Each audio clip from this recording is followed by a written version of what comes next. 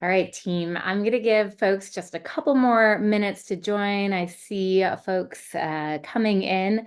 You are all here today for the SKO Playbook for Revenue Growth. And we are going to have an awesome conversation with a really dynamic group of experienced sales leaders. My name is Sara Strope. I am the Chief Marketing Officer and Head of Customer Success here at QuotaPath. And we'll get started in just another minute or so. Let me just see a few more folks trickling in here, and then we'll kick it off.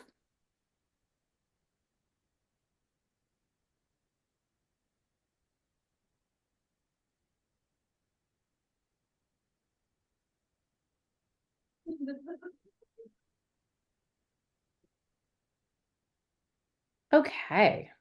Kelly, do you feel like it's a good time to get things going? Give me a thumbs up if you think so. All right, fantastic, great. So as I just mentioned, for all of you who just joined, my name is Sara Strope. I'm the CMO and Head of Customer Success here at QuotaPath. Welcome to our conversation today on really how to master the sales kickoff event. We have a really dynamic panel I'm excited for you to meet, and it's going to be a fantastic discussion. As we get started, just a quick reminder, if you don't already know much about QuotaPath, we are a sales compensation platform, and our goal is to help make the sales comp process more efficient and effective. We do that by helping you design and build your comp plans, calculate commissions, and track your performance for all of your revenue teams. You can start with a free trial at QuotaPath.com, of course. Let's go to the next slide. Just a couple housekeeping things. As we go through the discussion today, we're going to start with some intros, then we will dive into the meat of it. How do you set a theme for your sales kickoff event? What are some of the key metrics that you should be discussing and aligning your SKO to? How do you create memorable and motivating experiences? When and how do you roll out those comp plans to keep your sellers and other revenue teams engaged? And finally, how do you keep things going throughout the year and make sure that your SKO isn't just a one-hit wonder? We have the chat open. You can feel free to type in an answer using the Q&A chat. We will be looking at the questions throughout the conversation and then obviously addressing anything we can at the end. This session is being recorded. We will send out a link to the recording afterwards, and a quick reminder that you can go to quotapath.com/resources to get our full SKO guide. So without further ado, let's dig into some more intros. I am really excited today to be joined by Hayden, Steve, and of course, AJ. And let's start with, why don't you tell us a little bit about where you're based, what your role is at your current company, small snippet about why you're a sales expert, and tell me something that is not on LinkedIn, because we all know, I already stalked your LinkedIn profiles. I already know that many of you have experience from big to small company and back again. And I also know that a lot of us have upstate New York / Great Lakes history and snowstorms in our background. So Hayden, why don't you kick it off? Great. Thank you, Sara. Hayden Stafford here from the tech mecca of the world, Cleveland, Ohio. I am the president and CRO at Seismic. Long history in tech. I've been at Seismic for about 2 years. Started my career as a consultant for a number of years at Ernst & Young, and then a long career at IBM, largely in sales, a little bit of consulting and sales. Spent some time at Salesforce, and then a long period of time at Microsoft. So been in sales a good part of my life, leading from small teams to territories to larger regions to, over the last 6-7 years, global teams. Seismic is the world's leader in enablement, revenue enablement, everything from training and content to customer engagement and all the analytics that sit behind that. By the way, a great tool for running your SKOs. That's who Seismic is. And something you don't know about me that's not on LinkedIn. I am a father to 3 daughters, a brother to 5 sisters, and an uncle to 11 nieces. So Definitely believe in, I was raised and grown with strong women in my life and supporting growth and opportunities and equal compensation for women in business and women in tech. I love it. So Hayden, if I ask you who runs the world, the answer is? My girls, the three girls. Yeah, for Awesome. sure. Thank you. Yeah. Steve, let's Yeah. go to All right. Well, thanks. So I'm Steve Goldberg, Chief Revenue Officer at Salesloft. So why sales? I mean, I feel like I've always kind of been in sales growing up, and I grew up, my family had a family business, and I was always negotiating with my dad why I didn't have to go to work. And I never really ever won that battle. But I just feel like I just kind of grew up in an environment where I was always growing up playing sports and being in a very competitive environment. And when I got into college, I got really into psychology. And I just started to see the interest in psychology. And then when I got into the real world, into the business world, I started to realize how much you actually use psychology in your day-to-day life, how you got to motivate yourself. You got to motivate your team. You've got to understand kind of people's body language and how to, get the, how to, really get the best out of people when times are down and times are up. And so, I started out working, I spent a lot of time in the CRM world. I started out as a recruiter first, and then I was an SDR.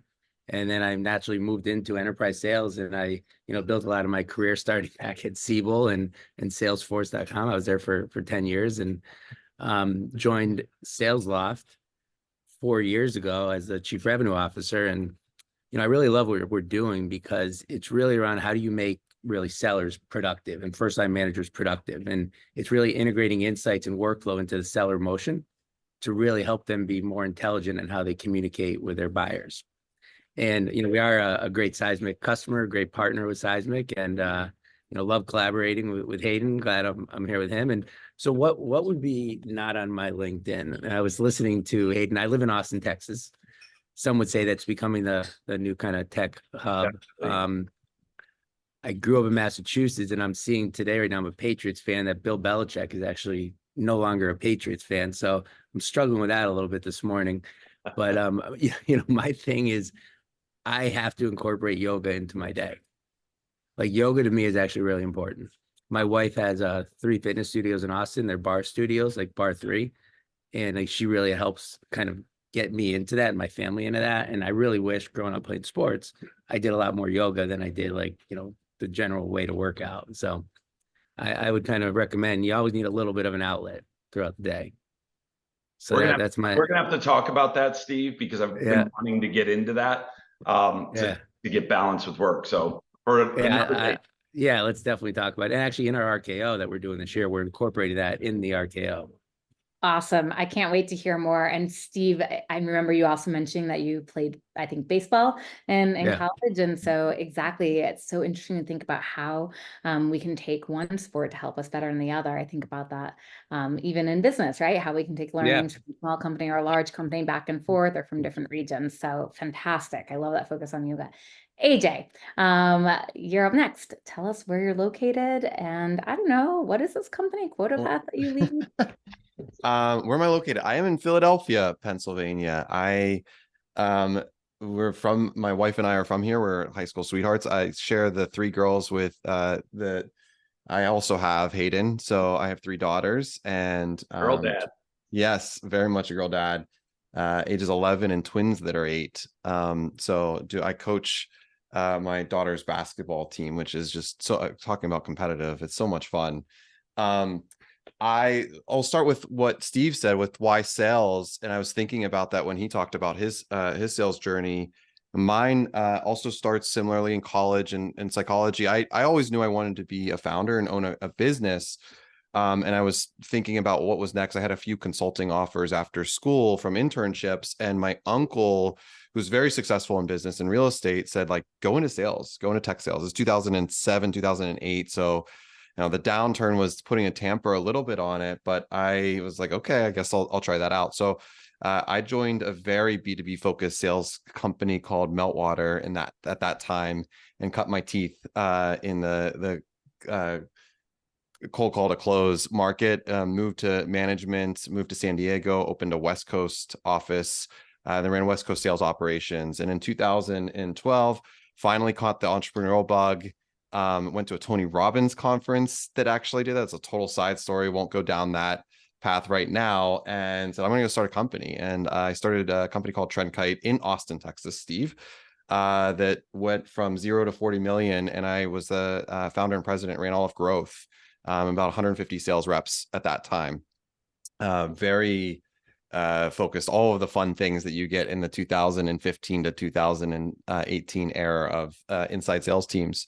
And so I really enjoyed it. But one of the things from a QuotaPath perspective is that when I first started my sales career, I was 20, broke, didn't have any money, but I knew I wanted to get married. So this kind of ties into my what's not on LinkedIn.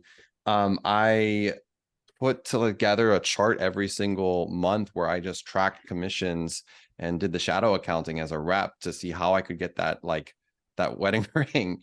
And my third month there, they did a retroactive 50% ramp on commissions that really boosted my motivation. And that third month, I absolutely crushed it because of that wedding ring. And it just kind of taught me really early and just that right incentives and right behavior around it. At TrendKite, I saw that in my reps, and I really enjoyed the science at the board level of sales and how do you mix that with the art of the sell and the individual contributor and the individual seller, their goals, their career aspirations.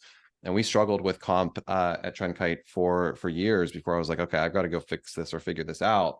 So QuotaPath today, we work with over 600, almost 600 customers. They're anywhere from 5 to about 150 sales reps that we're helping in thinking about that forecasting. What if, in the bigger pictures, how do I tie my company objectives and adjust that for the incentives? You can give rep visibility, but actually doing the planning phase that we're all doing right now. And when we go to launch these for SKO, it's really, really challenging. So I think I answered the what's not on LinkedIn there. Besides my 3 girls, I'm also a commercially rated pilot. I own a Beechcraft Baron that I've flown all around Texas and all around the East Coast as well. And yeah, that's me. Awesome. Thank you, AJ. One of the things that I am so excited about hearing all of your backgrounds, also knowing the connection between QuotaPath, Salesloft, and Seismic is that we are all focused on helping sales teams be more effective. So we couldn't have a better group of people to be talking about how to make a great sales kickoff. So let's dive into it. Kelly, I think we can actually stop sharing for a minute. We can just go through some of the questions. Fantastic. That way I can see all of your faces. Let's start out first with a really simple one. Do you have a theme for your SKO this year? And what is it? Steve, I remember you sharing a couple ideas. Let's start there. Well, this was our theme last year. And we're actually in the middle of finalizing our theme this year. But we went a little bit on the edge. The market last year, there was a lot of changes happening in the market. And there's this analogy out there that's what's the difference between a cow and a buffalo? And a cow, they live together in places, and they work together, they live together, and they're very similar habitats. But what's different about them is what they do when there's a storm. And we correlated the storm with what was happening in the market. And we were really talking to our sellers around, what do you do when there's a storm? So what cows and buffaloes do during a storm are 2 very different things. What a cow does is they run away from the storm, and they eventually get tired and they lay down, but the storm is following them. Now, what a buffalo does is they actually run at the storm because they know they'll get through it much faster. And our vision and our theme was we're going to enable you. We're going to service you. We're going to help you get through the storm much faster. And that was our theme last year. And we're thinking through a theme this year. And I can't really give it up right here because we're going to surprise everybody with it. But everybody rallied around that. And that was really the position, was how do we actually do that? And just kind of living that theme. And I think it's very important to have a theme. You got to rally people around something that's motivating to them and have everything point to that. And comp, I think, is a really big driver, because that comp drives behavior. Right. I love that. So kind of last year was be a buffalo and kind of charge through the storm. Hayden, you talked a little bit about how you've evolved the themes over the past couple of years. Can you tell us what it was the past year or so and where you're headed this year? Definitely. So at Seismic, it'll be my 2-year anniversary next month. So I've only really been through one SKO since I've been in the leadership role here. But like many scaling startups ish, you have very aggressive and charging sales organizations, and everyone jumps in and everyone supports, and it's hard to tell where the managers are versus the sellers themselves. And differentiating different roles between leaders and individual contributors, and then even different roles within go-to-market. Last year, we really wanted to get into differentiation, roles and responsibilities, and really drive expertise at the individual contributor level, and coaching and development and leadership at the management level. So the whole theme of last year was the year of the coach and the year of the expert. And we had 2 tracks. We had a common track for everybody, and then we had the coach track and the expert track. So we really focused on, becoming very skilled at what you do and doing it very well. Or, we put a lot of investments throughout the year into the development of our managers, from first line managers right up to the executive suite, about what does it mean to be a manager, and coaching and performance management and career development for your staff and all that. So we very much focused on that. I will tell you, like Steve, I can't talk about what ours is because it's going to be in a few weeks. But it's really going to be, and it's really germane to compensation, about aligning the organization around a common theme. And that theme is the customer's outcomes, not our outcomes, the customer's outcomes. So it'll be around customer outcomes, and we'll have compensation that will support that. And we can dive into that a little bit more in this call. Yeah, I love it. I can't wait to dive into that. But you also touched on with that idea around the customer kind of outcomes, the idea of a key metric. And AJ, could you talk a little bit more about how important it is to identify a North Star metric, and maybe how you could start to think about anchoring that metric in your sales kickoff event? Sara, I also appreciate that you didn't ask me about the theme, because you knew I was going to do the CEO thing and just blow the theme for this year and just announce it to everyone in a very, very CEO way, which they are tied together, though. Your question around North Star metric, I completely agree, is something that we've thought about. And it's more as you think about the company and what the company's driving to. I really like that analogy that Steve said in the Buffalo, charging through it, is really getting the alignment for the entire organization around that one thing, and having that key metric waterfall down. And I mean, of course, we could talk about OKRs. We're going to do a whole webinar. That's not the point. But what I really like, and for what we're thinking about this year, I will give this away, is that our North Star metric, how that ties to comp. A lot of our organizations have corporate bonus programs, and variable comp folks are usually not part of that. But finding alignment between those two things is really, really important. And that's something that we're thinking about as we think about SKO and our company kickoff as well, and bringing the entire company together around that North Star metric. So AJ, you're saying a great North Star metric is one that, kind of everybody in the company, whether you're on a corporate bonus or a variable comp, you can kind of contribute to it. And whether, Hayden, going back to that idea of kind of the expert versus the coach, again, whether you're an expert or a coach, you can also influence that North Star metric. Yeah, and I'll just add one more thing to that, Sara. Yes, that influence is really important, but what's the customer benefit? If that North Star metric being centered around the customer, and how does the customer see success in your tool, your platform, is also really important for the team and the company to understand. Yeah, awesome. Okay, so we have themes: be a Buffalo, be a coach, be an expert. Something we don't know yet for this year. We've got North Star metrics around alignment, customer outcomes. How does that translate into actual sessions at an SKO? Like, how do you actually weave that into, what's talked about in your SKOs? Maybe they're 1 day to maybe up to 3 days. So how do you start to make sure there's alignment? Any examples you can give of how you've tied that into specific sessions? I'll go first. Okay, great. I'll go first. And I think, Steve, AJ, and I can riff off this because there's no right answer. Yeah. For me, everyone's got to ground in the common sessions, the common messaging, the common go-dos. I'm a big fan in smaller tracks. There's a time for the teaming and the collective audience, but then there's a time for the tracks that you really want to hone the message and make it specific. So I'm a big believer in SKOs, that it is not one large forum that lasts over a period of days. I'm a big believer in one large forum that then goes in different directions. And one of the more important things for me is not just then that 1 day, 2 days, or 3 days. It's how you continue that down the line.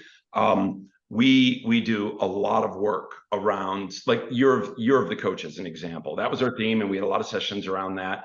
We used another software vendor for coaching and development for our managers, both as individual coaching sessions, but also coaching circles that anchored back on the themes. So we kept the drumbeat of that with offshoots of sessions, events, individual experiences that always tied back. So as humans, we run very fast. We've got a lot of things coming at us.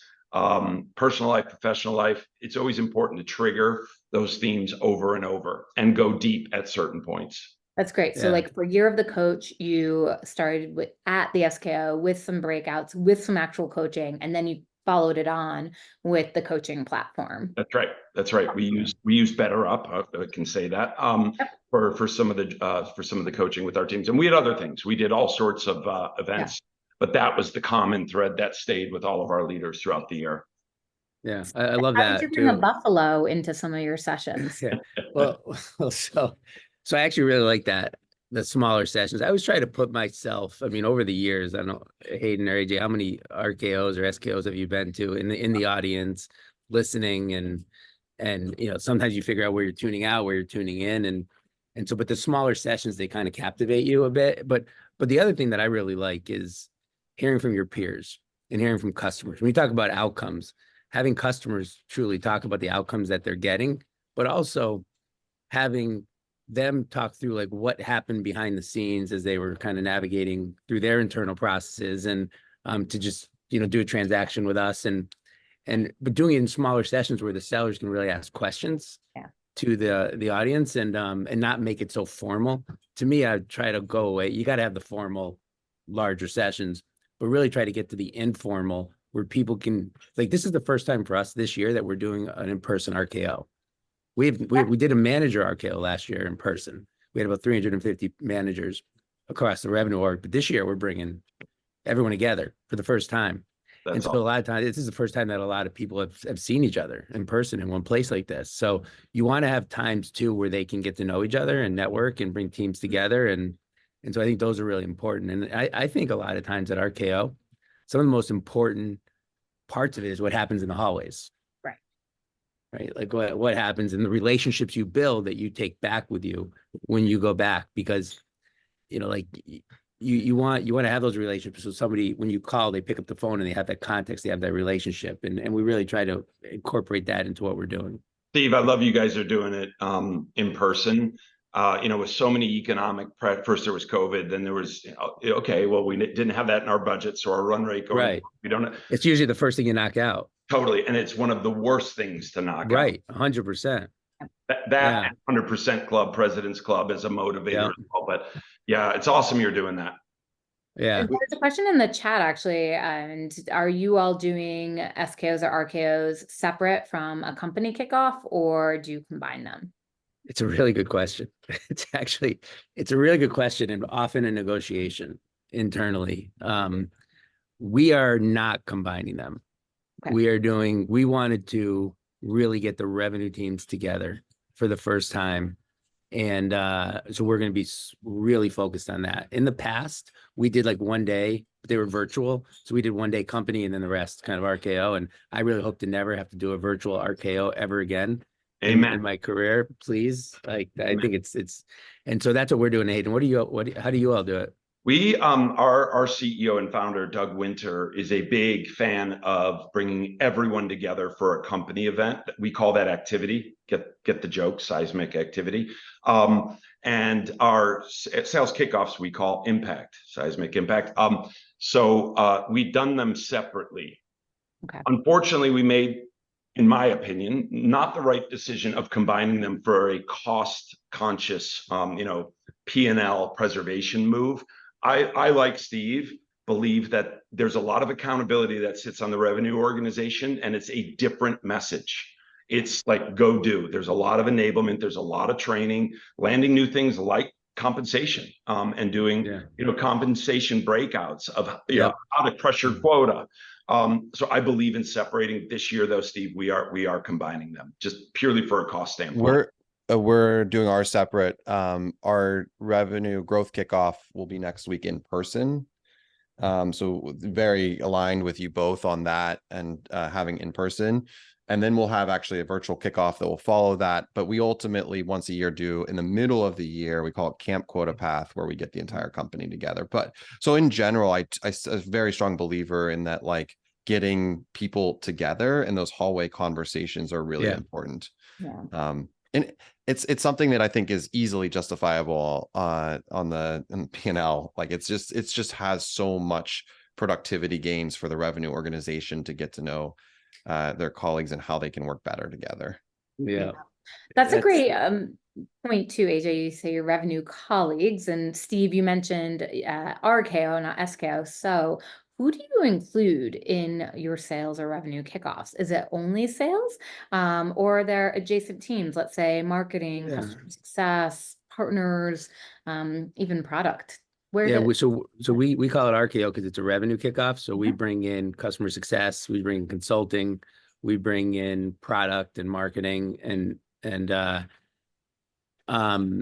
then we bring in ELT in some cases, but it's really across the it's whoever touches the customer. We don't bring in customer support, but we bring in those other segments, and it's like anyone who owns the number directly influences it. It's everybody who influences the customer outcome.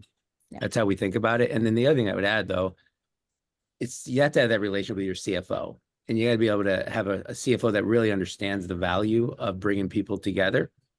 And I think there's so much work that has to happen beforehand, because you typically go over budget. You don't want to, but you do, and you got to make sure you got the right budget and you got the right alignment, and you've like, there's eyes wide open, because it is a number on that annual operating plan number, and you got to show the value of getting people together. And it's hard to do that. It's hard to measure that value. It's pretty subjective, right? But it's so critical to everything we do, is that those connections you have with the people. I mean, it's so important, and we lost that for a bit. You can see in my comment there, I put a comment in. I feel quite strongly about this. And over the last 2 or 3 years, I've seen companies dial back budgets and only invite sales, or only invite those who are newer people, and the older ones don't come. I've seen it just do managers. I'm with Steve. People who drive revenue and touch customers need to be together to, sing from the same sheet of music. I'm a strong believer in CS sales services, sales engineers, and even your consulting organization being there. And I don't necessarily think we're going to turn this into a prediction in 2024, but I will say, given the sentiment in this conversation, last year it was harder to do this. It was harder to have everyone to get together and feel like you're justifying it when finance was just coming down hard. But I think at the board level, the CEO level, and finance level, it's like, okay, like this year, if we're actually thinking about these growth plans, then we have to have a plan for that team to act on and execute off of. So we need to make sure that everyone's on the same page and aligned. And if the CRO or the sales leadership's like, look, the best way to do that is we have to get everyone together to have these clear goals and metrics set in person, then I think there's going to be a lot of buy-in from the bigger C-suite. Before we shift off of this, I also have one last question. Steve, I know you have been on the road for a couple of weeks already this year, joining a lot of your customers at their kickoff events. I'm curious, is there anything you can share from your learnings so far, being out on the road and going to these other, are they including kind of cross-functional teams? Any really interesting themes that you've heard that you maybe could share? Well, what I found, so yes, they are bringing people together in places like New Orleans and Las Vegas, and I've seen that. We're participating in those. And the other thing that some of the larger companies are doing that I'm finding is they'll bring their executives together in a room, and they'll do more virtual instead of Zooms like this, where they have like 5,000 people, for an example. So they'll bring like the leadership team together and they'll have alignment around the message, and they'll do more of a I don't know, like an animation. It's pretty interesting. Like it's not on Zoom. It's more, they try to show like you're in person. It's pretty interesting there.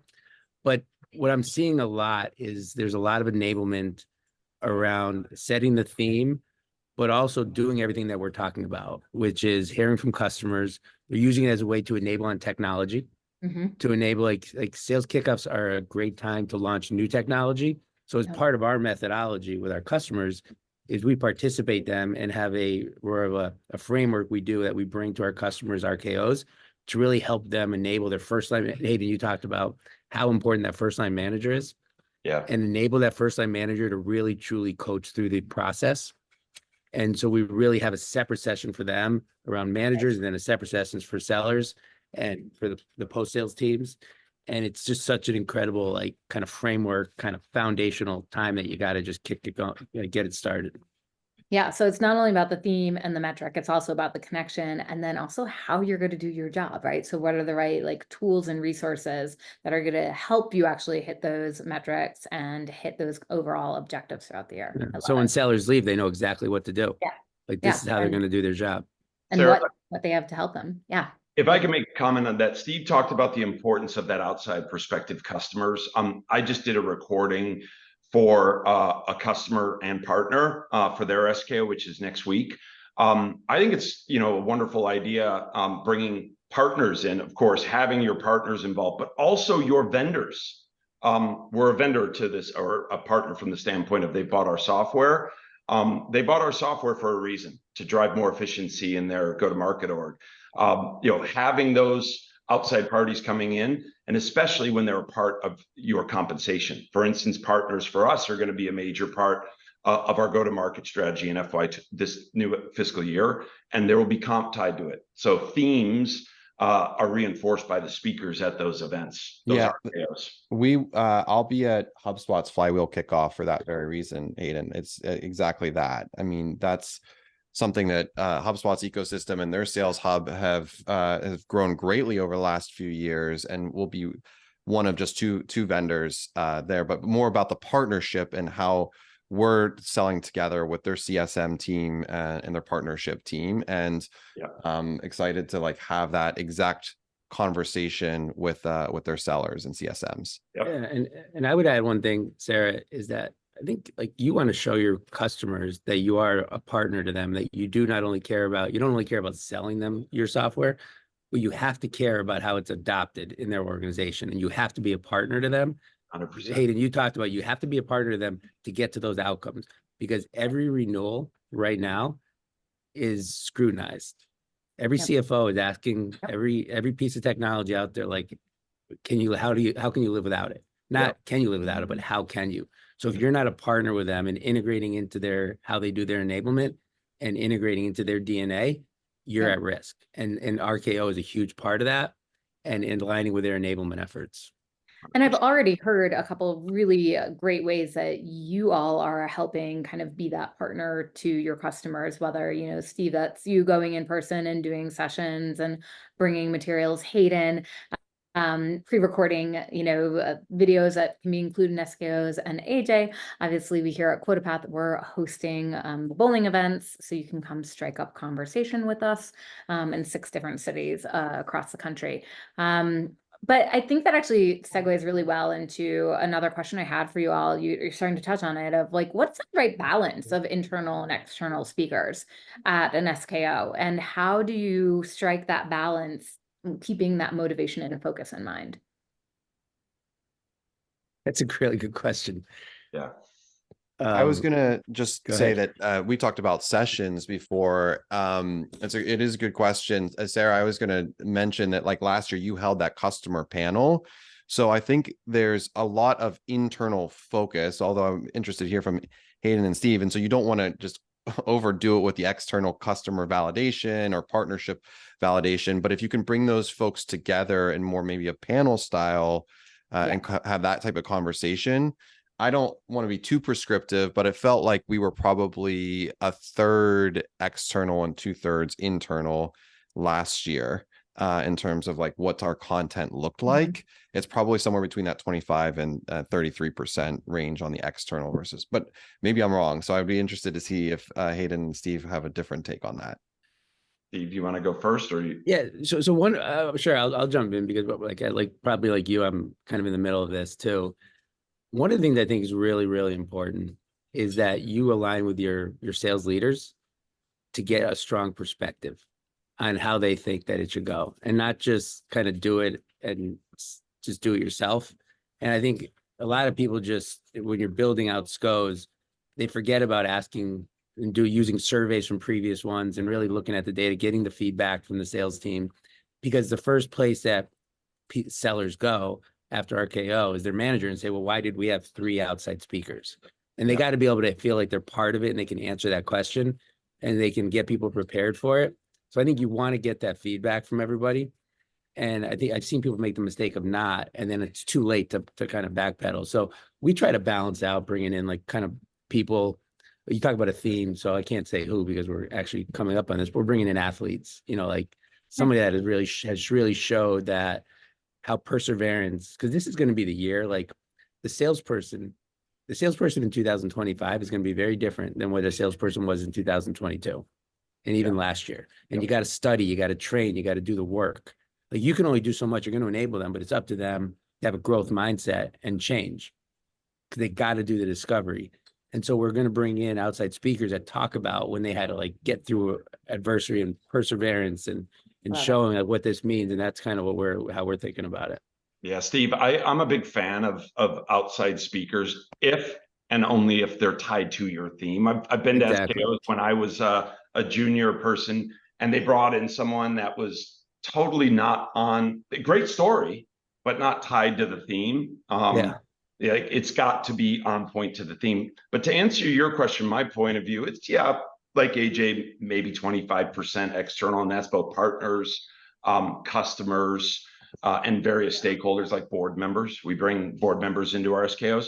But one of the things that I'm a big fan of, and I'm sure you are too, Steve, and I know the way you operate with your team. If we are talking heads on a stage, talking to our teams for 2 days, 3 days, people check out. So what I really try to bring in and balance is it's not just the ELT, the executive leadership team, or even my directs. It's the AEs, the CSMs, the solution consultants, the partner sellers that are on stage advocating for whatever message. Right. And when it's seen as a peer doing this, there's more like, maybe I should listen. I know Sara, she's really good. I'm going to listen. People, candidly, right, they start to check out with corporate speaks at times. So 100%. That balance is good. Yeah. 100%. Hayden, that reminds me, at a previous company, we actually had members across almost every single function of the company tell a customer story. And we did it as like a quiz game where we put up 2 companies and said, which one of these is a customer? And then we had a different member of the team come up and tell the story of which one was the customer. So there was a poll, it was interactive. And then they heard all these different voices across the company telling our customer stories. I love it. I like that idea. Gamify it. Yeah. I like that. Yeah. Well, we've talked a little bit about the makeup of the sessions in terms of the speakers. I guess one other question I had, and you talked about how important getting to know your colleagues and your peers and kind of those hallway moments, if you will. But what are some experiences that have happened at SKOs that you've been a part of? And when I say experience, like, was there kind of a structured interaction that really helped people get to know each other, or really stood out as memorable because they all got to, go to a game together or something? Anything stand out from your history or your other customer stories? Go ahead, you go. I was just saying, I have a not great memory of this week. Well, we did, do you remember, like, it became pretty trendy where you basically were a giant foosball table where you like played soccer, but you were in these giant balls. Oh yeah. They were like where you like would run against each other. So you asked about experiences. So we all, from a competitive standpoint, and it fit with the theme. This is at a previous company, so it wasn't at QuotaPath, where we had the entire sales team play very competitively, and we had at least 3 or 4 broken bones through that. So do not recommend playing pretty competitive sports. Memorable on a Yeah. couple levels No, then. that happens. It definitely does. You know, one of the things you always have to remind everybody, and RKOs and clubs are very similar, is no one typically gets promoted at these events. So just to be on their best behavior a bit, especially when you're doing it places like you want to be thoughtful about, you know, like how Vegas. much you really, yeah, like how much you really do enjoy your time, because you've seen that at some clubs where, but what I remember most, I remember being at Salesforce, and every year at our sales kickoffs, like Mark Benioff would keep everyone on edge because he would just walk around the audience and you didn't know if he was going to call on you. And he would just walk around and be like, Steve, let's get up in front of 5,000 people and talk about this. And you never knew what this really was. And I always thought that was a very memorable experience because one, he keeps the whole audience at edge. You can't really, like, first of all, everybody sits down and he's like, all right, everybody get up and move. So he did that. But then he would just walk around and you never really knew, but you had to be prepared. You had to be on time. You did not want to be there. You had to be there. And it really drove a level of accountability into the audience that, hey, pay attention because you just don't know what's going to happen. Like, do the work because he may ask you a question about this new capability that we're going to announce to everybody. And it really does. I don't know, Hayden, if you remember any of those, but it really kept me on edge quite a bit. Yeah. And there was a culture of play hard and work hard at Salesforce. Yes, there was.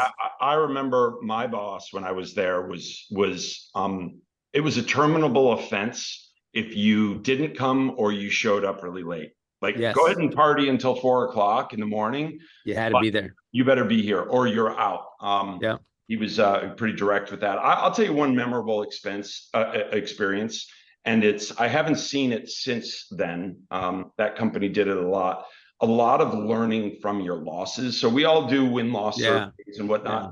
Was one company had 3 separate sessions that was spaced out over the course of the 2 days, and it was losses. So not current wins. customers. Yeah. They were prospects that we lost. And they came in and talked about why we lost and how to learn. I think that's a really good idea, actually. Yeah, That's a great idea. I mean, how many times do you have a customer when you lose a deal and they say, you did a really good job, we really liked you, but we're going there. If there's anything we can do to help, help us learn by that. Yeah, that's fantastic. I love that. I love hearing kind of these themes around like accountability and competition and really like kind of ownership and understanding as well. And kind of this idea of continuous learning. And that's what makes the experience memorable at the event. And there are so many different ways to translate that. That's so fantastic. I think one last thing before I move on to one of my favorite subjects, comp plans, is what happens when there are moments of doubt at an SKO? I mean, we're sitting here in a macroeconomic environment. We all sell to sales and software organizations, whether it's changes in the macro climate or, struggles within your own company. How do you address maybe some of that doubt and uncertainty at an SKO? Go ahead. You go first. I'd volunteer to take it head on. Yeah. Empathy and vulnerability are all the buzzwords right now. I remember at another company, a recent one, that, we were struggling because of a major external event. To get on stage and be disingenuous and we can take that hill, the banks, we're going to win all at the banks. Instead, get on and acknowledge the challenges and the problems and accept it and say, we're going to try this or that, but it's going to be hard and it may not work. So, vulnerability, I think, is a powerful tool as a leader, as opposed to looking tone deaf. Yeah, I was going to echo that 100%, is that you got to be thoughtful when you're going to have like a rah-rah and like experience, and be realistic with people and just empathize with what the reality is of the situation, and be vulnerable, but also be transparent and be honest. And I think it's really important, because when they leave, what are they going to say? I always try to think about, when they leave, what are they going to say to their family? Hey, this is what I got out of this. This is what I feel. You don't want it to be like, oh, they were so off mark. They were trying to set unrealistic expected goals, right? Disconnected, disingenuous. Yeah, you don't want that. You want to be honest. You want to be transparent. And I think that's really, really important. I'll just add to that. I think that those are great answers. And Sarah, I remember for our kickoff last year when we talked about it and said like, hey, look for green shoots. Yep. And we started really early with that type of messaging around that. But then following up is consistency. So after SKO, just being like, hey, here's what we said we were going to go do. Here's what I said I was going to go do from a leadership standpoint. Here's where we are.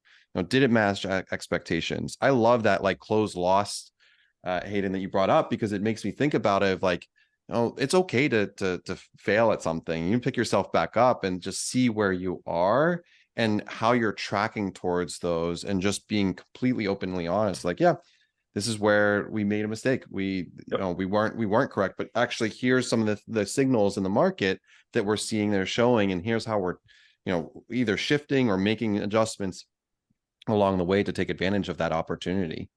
Yeah. Amen. Yeah. Fantastic. So we talked about motivation. We talked about sessions and agenda. Hayden, you kind of teased this earlier in our conversation about tying your theme and your key business metrics to comp plans. I'm so excited because I can't believe we've gone almost 45 minutes without talking more about comp plans, seeing that that's really what we care about most here at QuotaPath. So could you help bring us back around? Tell us a little bit more about how you're thinking about tying your comp plans to your theme. And are you going to roll this out at your SKO? If not, when are you rolling it out? Yeah, it's a great question. So without like showing too much of what's happening at Seismic and getting into our dirty laundry, I think every sales leader, Steve, AJ, you probably experienced this. By the way, there's a little background chatter amongst one of us. Thanks, Steve. I think it might have been you. I think you're at the airport, right? No worries. So something we all experience is disconnected teams, silos. Your sales team driving no matter the size of the company, believe it or not. No matter the size. Hayden? Yeah. Even small companies. Us, Seismic, right? Exacerbated at a company like a Salesforce or a Microsoft. But your sales team will do a sale and then hand it to the services team, who's then trying to figure out what was sold, what am I delivering, asking the same questions over. And then when it's delivered, your success team might pick it up. Oh, and by the way, maybe a partner might be coming in late. The common theme that stitches your teams together is that customer outcome, the outcome that you sold. Our software is going to help you reduce ramp time of new hires or launch of a new product. The outcome must be known and understood and engaged by the services team. They are delivering a solution that is geared towards reducing ramp time by 25%. The success team is ensuring that the deployment, the usage, the consumption is not to drive a renewal, it's to achieve 25% reduction in ramp time. That's obvious, right? But you've got to first speak a common language across your org, and then you've got to pay your team tied to the outcome that you're asking them to do. So we call it operationalizing outcomes. We measure all of our customer engagement around 4 categories. I won't bother you, but it's like GTM efficiency, buyer experience, and so on. Our success team, our sales team, our services team, our sales engineering team, and our success team have a component of their comp that is tied towards value sold versus value realized, and of course, value delivered for our services team. That piece of the comp we started last year and we're ratcheting. So at our SKO, we're going to anchor on messaging around those outcomes, and we will have workshops around how you in your practice contributes to that outcome and the impact it's going to have on your compensation. So we're trying to change company behavior of working together as one team, one Seismic, and we're going to reinforce that with compensation. Awesome. And it sounds like you've actually started this work a few months ahead of time and kind of bringing the teams along. And then the SKO is really the time to reinforce it. Yeah, we really started this through the year last year, the messaging, the tools, the stuff that we use. It's going to be solidified and anchored in SKO and in comp around these customer outcomes. Awesome. Steve, I know you mentioned before that I think you might have said you would never roll out a comp plan at SKO. You always do it maybe beforehand. Can you tell me a little bit more? Yeah, but we want everybody, I think it's critical. It's really important that sellers walk into RKO or SKO with their comp plan and their territory. So when they walk out, they know exactly what they're doing. So we do it typically beforehand. And then we may do like, since this is our first time doing it in person, we would do it like, in the virtual sessions, but we do a virtual session before they get there to answer any questions and really enable their first line managers. So when they go to questions that they know who to go to, but it's imperative that we do this before SKO for us. And we really drive everything towards that, which we're wrapping up our annual operating plan actually today. So it gives us enough time between now and RKO that we can have them done. Great. And Hayden and Steve, you both mentioned this idea of kind of like overall alignment, making sure that there's really great understanding between your individual reps and managers and leadership. AJ, what are some ways to actually get that buy-in, whether it's happening beforehand and then being reinforced on site? What are ways that you can help get people aligned around a comp plan? I mean, first off, I would say that the worst thing you can possibly do as a frontline manager or a leader is come into the meeting and do the old Olay principle that my old CEO would talk about all the time, which is you come in, you're like, hey, here's your comp plan. And everyone gets super frustrated. I'm like, yeah, I don't know. You should talk to the people upstairs around this comp plan, because that ultimately does exactly the opposite of what you're talking about, Sara. So first and foremost, I think as leaders, it's really important to get the buy-in early and often, as Steve and Hayden said, but even with your managers, to make sure that they're in the room where some of these decisions could possibly be made. I know it can be difficult at scale, but like it's really important to hear from them, so that you're ultimately, when you go to roll this out, it doesn't fall. You have supporters and advocates that understand it, that are in the room as well, that could actually quiet some of the like hallway talk around it and say like, oh, this is why we made this decision around it. So I think that consistency and alignment is something that like is just it's tough, because you have to get a larger group of people into the room to help make those decisions, but it can like pay really well on the other side of it, so that people are not going to like zooming to one person and then like having complaints that you're not hearing about as well. So can I ask a question, Sara? I have a question of both AJ and Steve. So you roll out the comp plan before, hopefully. A lot of companies don't, but hopefully. Let's say it's a major comp plan change. Do you have workshops around that comp plan at SKO, or is it an outside SKO thing? I would say we've typically done it in the past outside of RKO, because it does need that level of effort, and it's like its own piece, especially when it's like 2 years ago we did a major comp plan change, and we spent, because it was multiple sessions. Yeah. And so we did it outside, but and we were pretty intentional about it, and we usually show scenarios. Like in every comp plan you want to show scenarios, so the seller and the first line man, and I think that's one of the things that's really important, is you want to align the seller and the first line manager and their managers to the same motivations. I think where a lot of people make mistakes is they don't. Yep. And then you got a first line manager trying to drive a different behavior, like multi-year deals or so. Sometimes the seller may be motivated on a multi-year deal, but the first line manager may not be. I think that's a big mistake. So we definitely spend the time to make sure we're very much aligned on that. Yeah, I agree. Hayden, I've done both.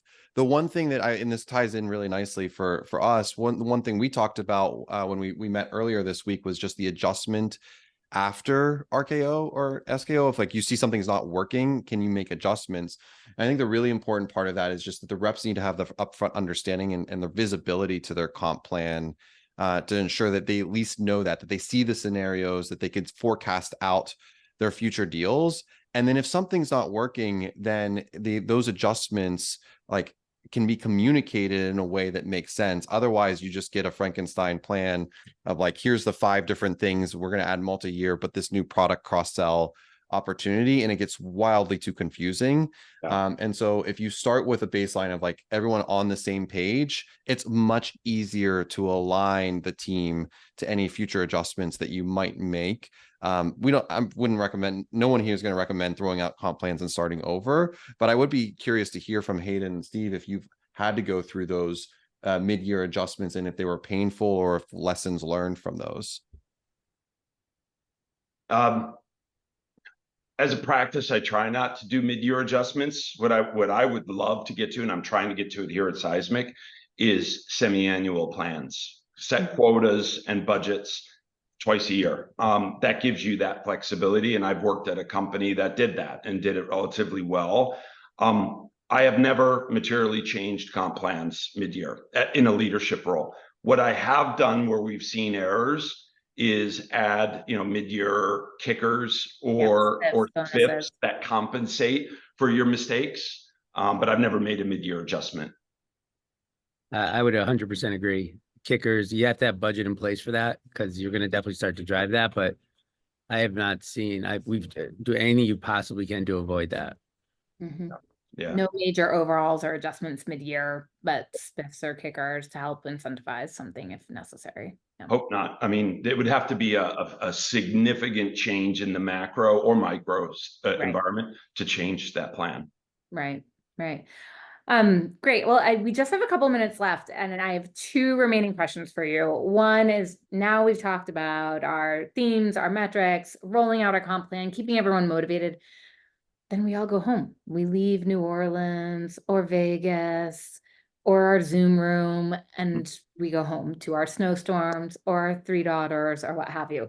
How do you keep the focus and the motivation and the learnings alive throughout the rest of the year? Do you have any kind of mini SKOs, fast starts, restarts? What do you do? Yeah. I think you want to go first? Sure.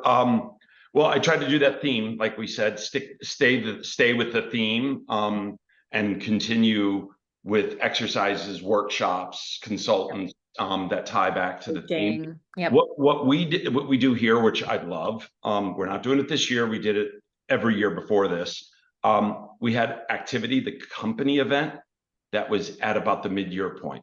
I think you said that, AJ, that you're doing that so you land the SKO up front, or we call it sales impact, and then you do the company theme, and you kind of go back to that. You have your team breakouts. So I would advocate for a mid-year event if budget can hold. Yeah. Steve? The other thing is making sure you have enough money in the budget going into this year that you allow the teams to do in-person QBRs. Amen. Like it's really important that I think the individual sales teams get together with their extended team in person at the beginning of every quarter. And then that typically lines up until like the sales team will do it. They'll go to their second line, and then I'll have mine in kind of probably the third or fourth week of the first month of the quarter in person. And we do them in person twice a year at the revenue leadership team meeting, but everybody backs into that. I think that's critical to kind of maintain. I think the major theme I'm hearing from you, Steve, and I love it. Your leadership style is admirable. Make sure there's space for the teams to come back together. Pulling budget away from your revenue teams to not come together is the beginning of the end, if you will, in terms of culture. It is. Yeah, and then they'll lose that connection, and then they'll take those recruiter calls, and they'll lose that. Once they lose the connection and they're not doing well, they have a tough week, a tough day. If they don't have that connection into the company, into the team, you're at risk. Yeah, 100%. And AJ, we already do a mid-year kickoff. Anything else that you're thinking about for this year? I was still stuck on that we're holding kickoffs in Vegas. I've had a couple kickoffs in Vegas, and retaining content is not advisable if you're doing it. By the way, we're not. Ours is in Atlanta this year, but I'm going to one there. Yeah, and New Orleans. It's and New Orleans. I think I'm only joking and half joking, but we do, yes, Sara, that mid-year kickoff just to see how we're tracking and how we're thinking about it. Navigate as our theme as navigators, so it makes it pretty easy to think about things like North Star metric and just understand how we're tracking the expectations. Awesome. There was one question in the chat about how do you kind of differentiate content for different levels of players on your team. Hayden, I think you mentioned having kind of multiple tracks, and sometimes having something for, managers and coaches.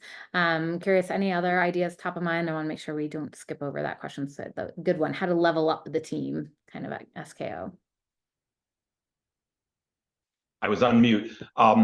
Yeah, you've got to invest the resources in functional content as well as layer content or vertical, whatever the case may be. And not to plug Seismic, but that's why tools like Seismic exist, is to feed the right content to the right person in their role, in their country, in their function. Hard to do when you've got a small enablement team, but there are solutions like ours and others that can support that. Otherwise, you're gonna overwork your marketing and enablement team to build permutations. Yeah, I 100% agree. I think also storytelling is really important. People relate to stories on top of all the process, but I would 100% agree with what Hayden said. Agree as well. Awesome. So I have one last piece to wrap us up, and then a couple quick reminders before we come to the end here. What's in, what's out, 2024. So curious, what is in for 2024 for each of you? Try to keep it as short as possible. I can kick it off. For me, in 2024, I am a retired Ironman triathlete. So 2024 is all about bike rides to breweries and bakeries. BBB. I'll go. Steve, while you're thinking about this, you didn't hear that question before the call, so you can think about it. Mine is more balanced with my friends. Work tends to consume us, and we work, until 7, we're exhausted. My resolution for this year is be mindful and carve out time for friendships, of course, family, but friendships along with, the work schedule. I love it. Mine is I coached my daughter's basketball team last year. I really enjoyed it. I'm making sure I coach and involve with all of my daughter's sports this year. Yeah. Well, I have 3 boys that are all into sports, and it's making time for being at their games. Like, I don't miss games. I just won't. And that's important to me, that my dad was always at my games, no matter where they were. When I was even up in Ithaca, New York, playing baseball, or going to Clarkson playing baseball, my dad was there. And my mom. And so, like, to me, I think that's important to make sure that, your kids see your presence. And I've coached all the teams as well. By the way, coaching kids is harder than anything you ever do. Yeah. For me, in my experience, I've lost friends. It's not easy. Hard. I Yeah, never it's fun realized though. It's I had fun. an inner soccer mom until I was at my niece's lacrosse game and Yeah. coaching and yelling from the sidelines. Anyways, thank you so much for sharing all of your insights and knowledge today. Kelly, I don't know if we have a minute to flash the slide deck back up, but just a quick reminder that we here at QuotaPath are going to 6 different cities, starting next Thursday on January 18th in Austin and finishing up in Chicago on February 6th. We are going to be at bowling alleys, so come strike up a conversation with us about your 2024 comp plans, goals, and sales kickoff events. And then if you are still hungry for a little bit more help in kind of finalizing your sales kickoff or planning that mid-year checkpoint that we heard about, that's so important. We have 2 resources for you. One is Agenda Hero. It's a free tool that allows you to create and distribute an agenda for, let's say, a sales kickoff or mid-year all company kickoff. And the second is our very own sales kickoff guide about mastering sales kickoff excellence, which you can find at quotapath.com/resources. Thank you so much, Hayden and AJ. Steve, really appreciated the conversation today. And I look forward to keeping the conversation going, hearing how everybody's sales kickoffs went, and feel free to keep sharing tips and advice on LinkedIn. If you aren't already, please follow QuotaPath on LinkedIn. I happen to know the person who manages the account, and they would really appreciate the follow. Have a great afternoon. Thank you all. All right. Thanks for having us. Bye-bye. Enjoyed it. All right. Bye-bye.